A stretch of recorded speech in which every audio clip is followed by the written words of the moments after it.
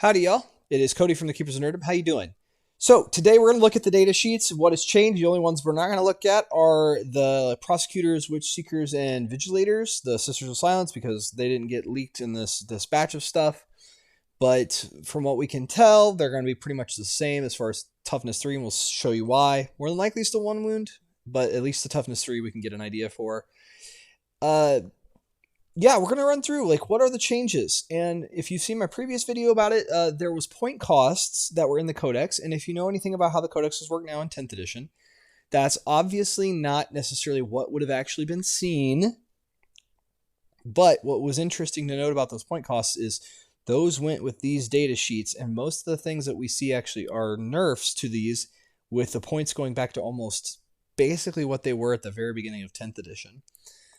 It's a strange world we live in where physical media is just almost pointless in this whole thing. So let's run through the data sheets and we will have some interesting fun here. So we have Trajan Valoris in all of his glory, and the 2 changes that I'm aware of, first off, is he's now restricted, Captain General ability is now restricted to ignoring weapon skill, ballistic skill, and hit roll modifiers as opposed to ignoring all modifiers.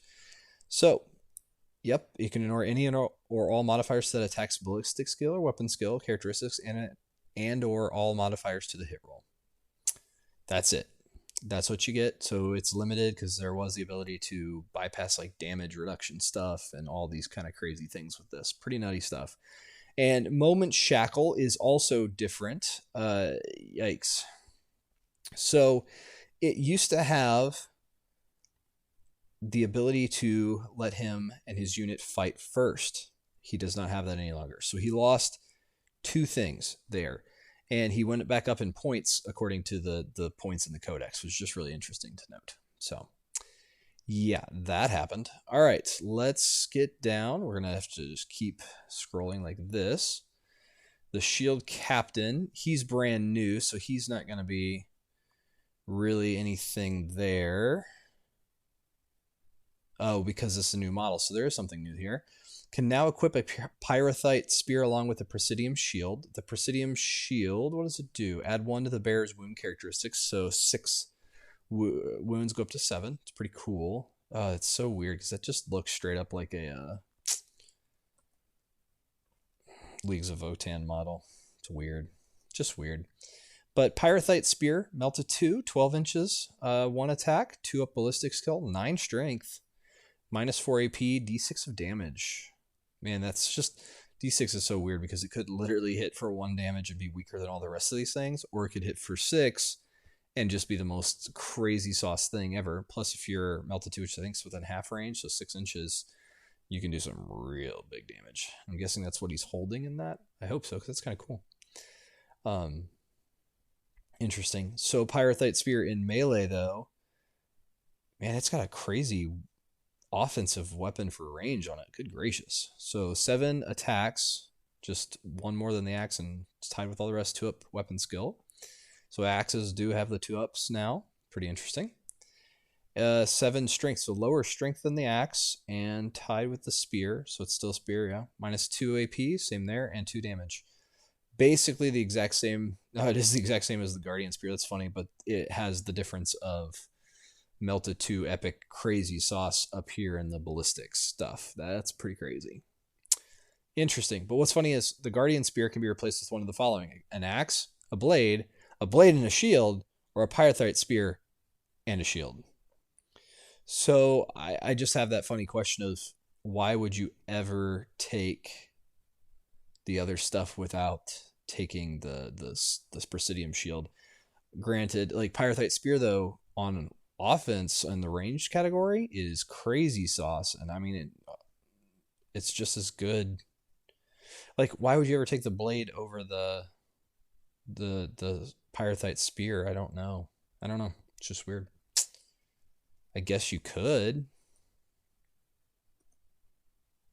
because you get a Sultan pistol for the ranged attacks, and you have 2 attacks, but it's only strength 4.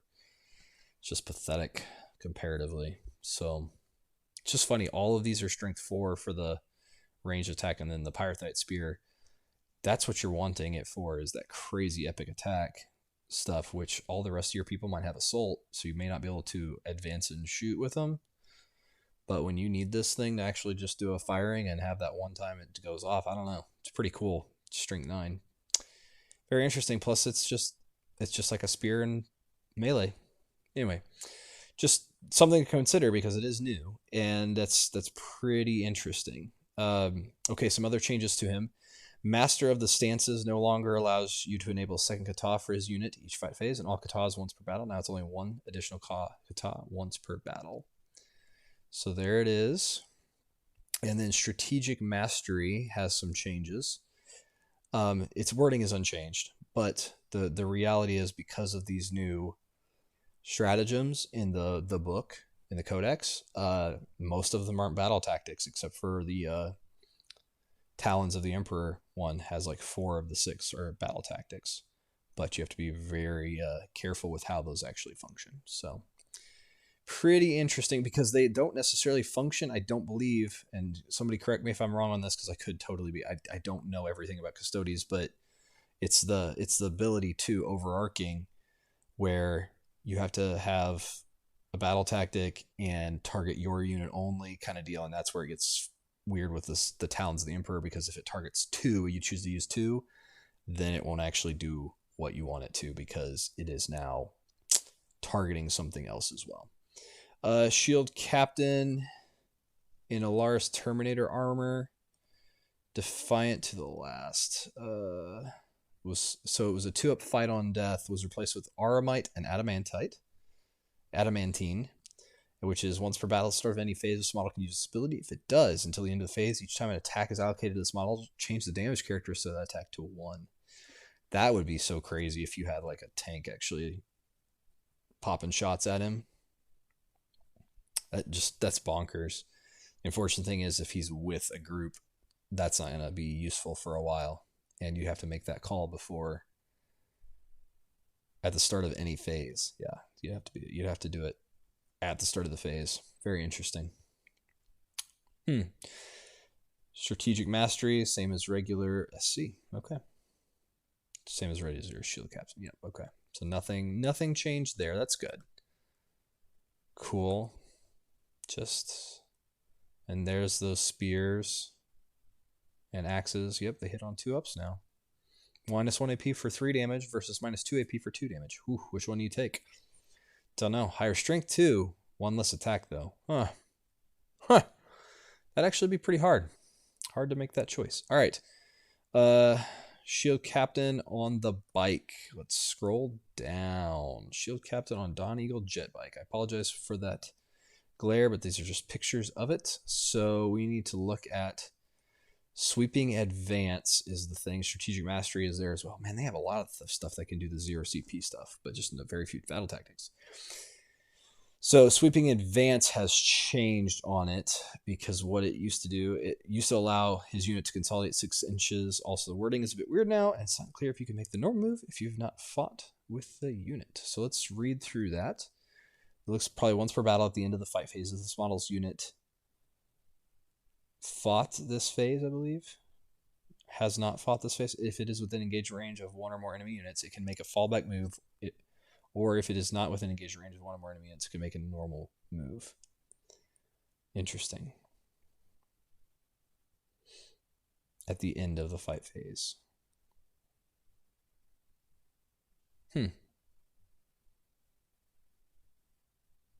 Interesting, weird. Very weird. So, doesn't get the consolidate move. So, and it's not clear if you've not fought with the unit. So there's some changes there too. Really weird. We'll kind of see what happens with that one. All right, we have our Blade Champion and Valerian. Ooh, this one's very blurry. Whew. I apologize, but this is what we got. People taking pictures, and I'm glad for it, so we can at least talk about it. So the change is no longer do a 0 CP heroic intervention with his unit, and they split his martial inspiration into martial inspiration and swift onslaught, which means he can no longer reroll advanced rolls. So let's check out what we've got here. Swift onslaught. While this model is leading a unit, you can reroll charge rolls made for this unit. And martial inspiration, once battle in your charge phase, this model's unit eligible to declare a charge in a turn in which it advanced. This model's unit is eligible, people. Is. Do you see that? Is. It's supposed to be is. This model's unit, it's eligible to declare a charge in a turn in which it advanced. Nice little typo.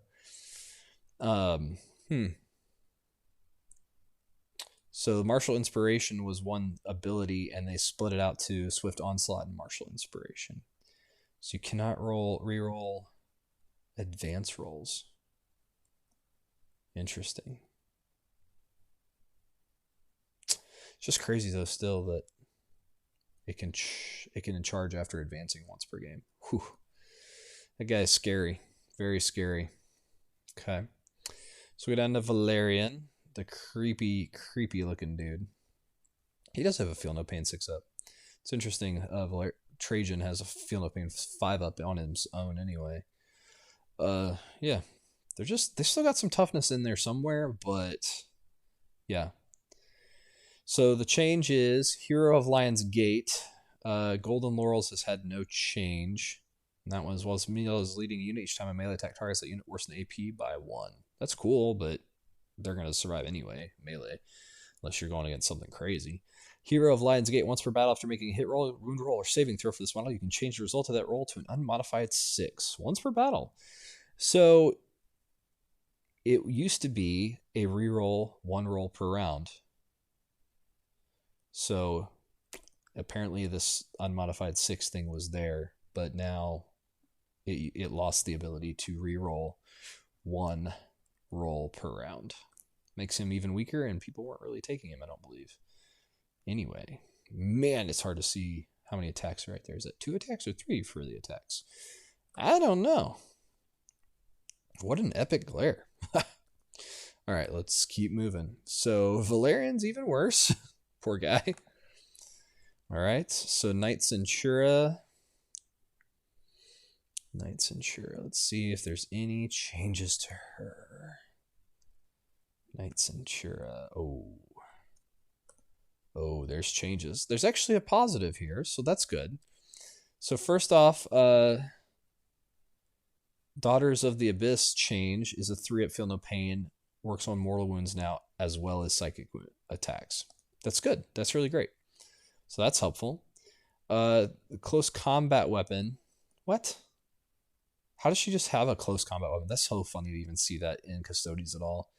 Close combat weapon. What in the world here are we looking at?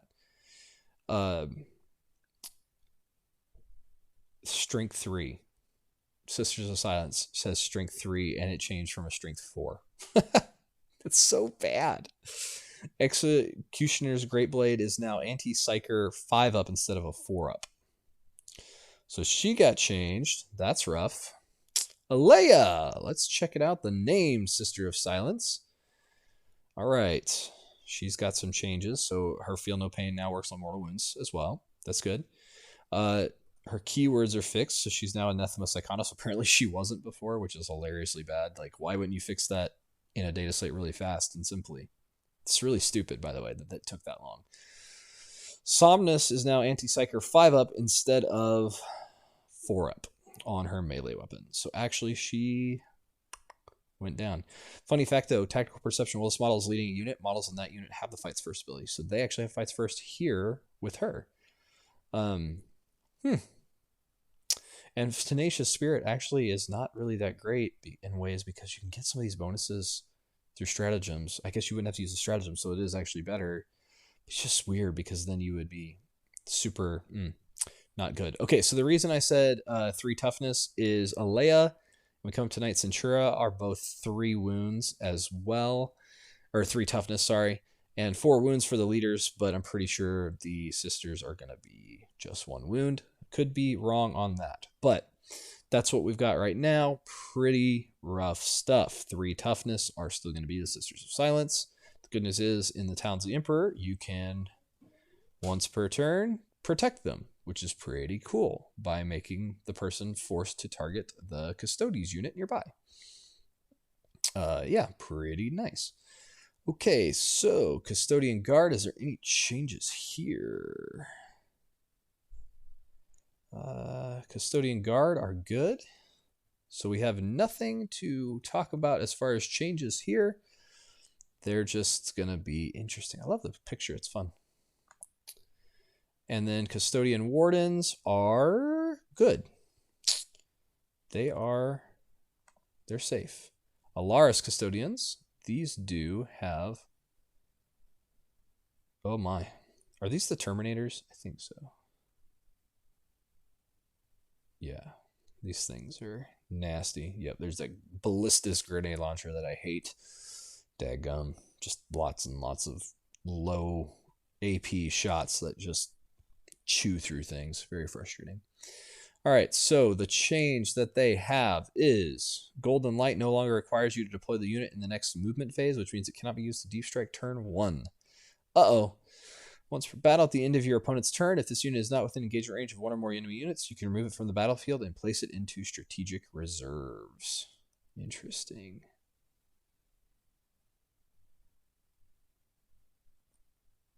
That's weird.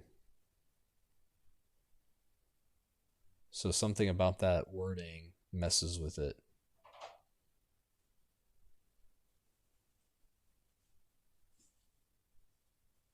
Huh. Interesting. Very interesting. I'd have to really look that up to understand that fully, because some of this wording and stuff drives me crazy with deep strike and strategic reserves and all that stuff. I apologize that I don't know it very well, but it really frustrates me. So I just stop paying attention after a little while and go, oh crap, I was not paying attention. I have no idea what just happened. Misericordias are still a thing. The model's Guardian Spear can be replaced with a Vexilla and a Misericordia, which the Vexilla adds 1 to the OC of models in the bearer's unit. Oh my. Oh my. Okay. All right, what else we got here? Furtus Praetors, unchanged. Those are good. Venerable Contemptor Dreadnought. Man, it's unchanged, and I really... I want to see this thing. Because this Unyielding Ancient, the first time this model is destroyed, remove it from play without resolving its deadly demise ability. Then at the end of the phase, roll 1d6. On a 2-up, set this model back up on the battlefield as close as possible to where it was destroyed and not within engagement range of any enemy units with d6 wounds remaining. So you could get 6, you could get 1, but you could have him back. And I just... Okay, can we just take a minute to, again, look at this? Like, I love this model. Something about this just looks fantastic. Just, this is a good... Just a fun model. I wish we could see it more. Yeah. Just pretty. Just pretty. That's the thing. Like, I wish it got enough upgrades to make it actually a viable, usable thing. Don't really see this much, though. Contemptor combat weapon. Attacks 5 2-up weapon skills. 12 strength. Jeez. Minus 2 AP, 3 damage. That's awesome. What a melee attack. Oh, goodness. Multi-Melta. So this is equipped with Combi Bolter, Multi-Melta, and the Contemptor combat weapon. And you can replace the Multi-Melta with Curious Pattern Assault Cannon. Multi-Melta is 2 attacks, so it's the strongest thing it has with the d6 damage. Melted 2 as well, dang. But the Curious Pattern Assault Cannon has the devastating wounds. There you go. So the 6 attacks could turn into, you know, obviously not high damage, but pretty cool. 9 toughness. Man, I want to see it so bad. So bad, but we don't. 3 OC. Do you ever feel like sometimes vehicles don't get enough OC right now? But what do I know? Venerable Land Raider is unchanged. So there's nothing really to talk about as far as changes from the past. Armor track 6 attacks, so you're running over them 6 times. Fun fact, assault ramp on the Venerable Land Raider. What can this carry? Each time a unit disembarks from this model after it has made a normal move, that unit is still eligible to declare a charge this turn. 10-inch movement. It can carry 6 Adeptus Custodes infantry models. That's awesome. Just the pure shock and horror that you would face of seeing 6 Custodes infantry pop out of this bad dog and be able to still charge after a 10-inch move. Hooah! Good gracious, that's disgusting. 12 toughness. It's called 2 Godhammer las cannons. 2 attacks each. 2 up ballistic skills. 12 string. -3 AP. D6 plus 1 damage. Holy cow. That's amazing. Cool. Get a 100 killer missile and can be equipped with a storm bolter. Wow. Twin heavy bolter is, oh my goodness, you could just have all of this. All those weapons. This is a pretty serious damage dealer as well as transport. Side note, I hate to say it, but I recommend the Venerable Land Raider. But apparently and that's it for some reason. Where's the Anathema Psychona at right now? Don't know. Huh. Weird. Is it a Forge World? I don't know. Let's see here. Warhammer 40k Custodes Datasheets. So I don't remember. Surely it's not Forge World. Dedicated transports. Venerable Land Raider. Is it a transport? It is a transport. That's so weird. Why is the other one not showing up then in the... So bizarre. So this is dedicated transport versus transport. Does that mean it has to be equipped and the other one doesn't? Huh, weird. Very weird. I don't know why it's not on there. So, not sure. Not sure at all. So yeah, those are the changes that have happened. And what's funny about all this is the points went back up to basically almost where they started with at the beginning of the edition. Oh, that's why people don't use the Venerable Land Raider. It's 240 points. Oh, goodness sakes. It's expensive. I mean, it's strong, but yet that's expensive. It's a lot to put on the field and not be able to put out for other things. I don't know. I'd see that still be pretty useful, though. So, the problem is, right now, we just saw the Codex come out. And it was rough. Less usability from several things, and they lose the 4-up feel no pain against mortal wounds and devastating wounds. So the survivability has gone down in some ways. They do have things that are actually still usable and useful for sure, especially for melee for the shield host. The Sisters of Silence combo, Talon's Emperor group is honestly probably the best one now. But then you're going to have more points dedicated into the Sisters of Silence, so you have less big boy attacks going on. Yeah, what a weird one. What a weird one. Are these data sheets good? Well, they lost things that they had.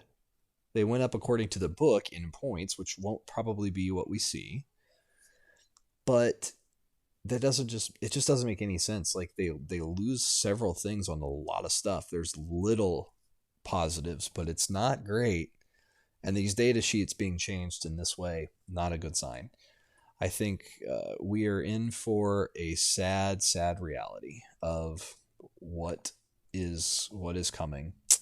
And the answer is I don't know what's coming up for the Custodes, because quite frankly, I feel like they're in a very rough spot. And you see pictures like this wouldn't be able to be a force really in 2,000 points very easily. Maybe this somehow fits, but I don't know. I think the win rates that we're going to see from them are going to be very low. Very, very low once this happens. Unless the point costs change and actually go down. It's the only way this becomes a reality that it works. Otherwise, they're gonna drop like a rock, and it's gonna be tough. So yeah, what do you think of the data sheets and the changes that have come out for these in the Adeptus Custodes Codex that we technically kind of had released yesterday? I don't know. It's super weird. We're still waiting on Tau stuff. But yeah, thank you for hanging out with me. Like, share, and subscribe. I've been Cody from the Keepers of Nerdom, and thank you again. I'd love to have you continue the conversation with me down in the comments below, as we looked at quite a bit this week of Warhammer 40k. Thank you so much. Like, share, and subscribe. Bye, y'all.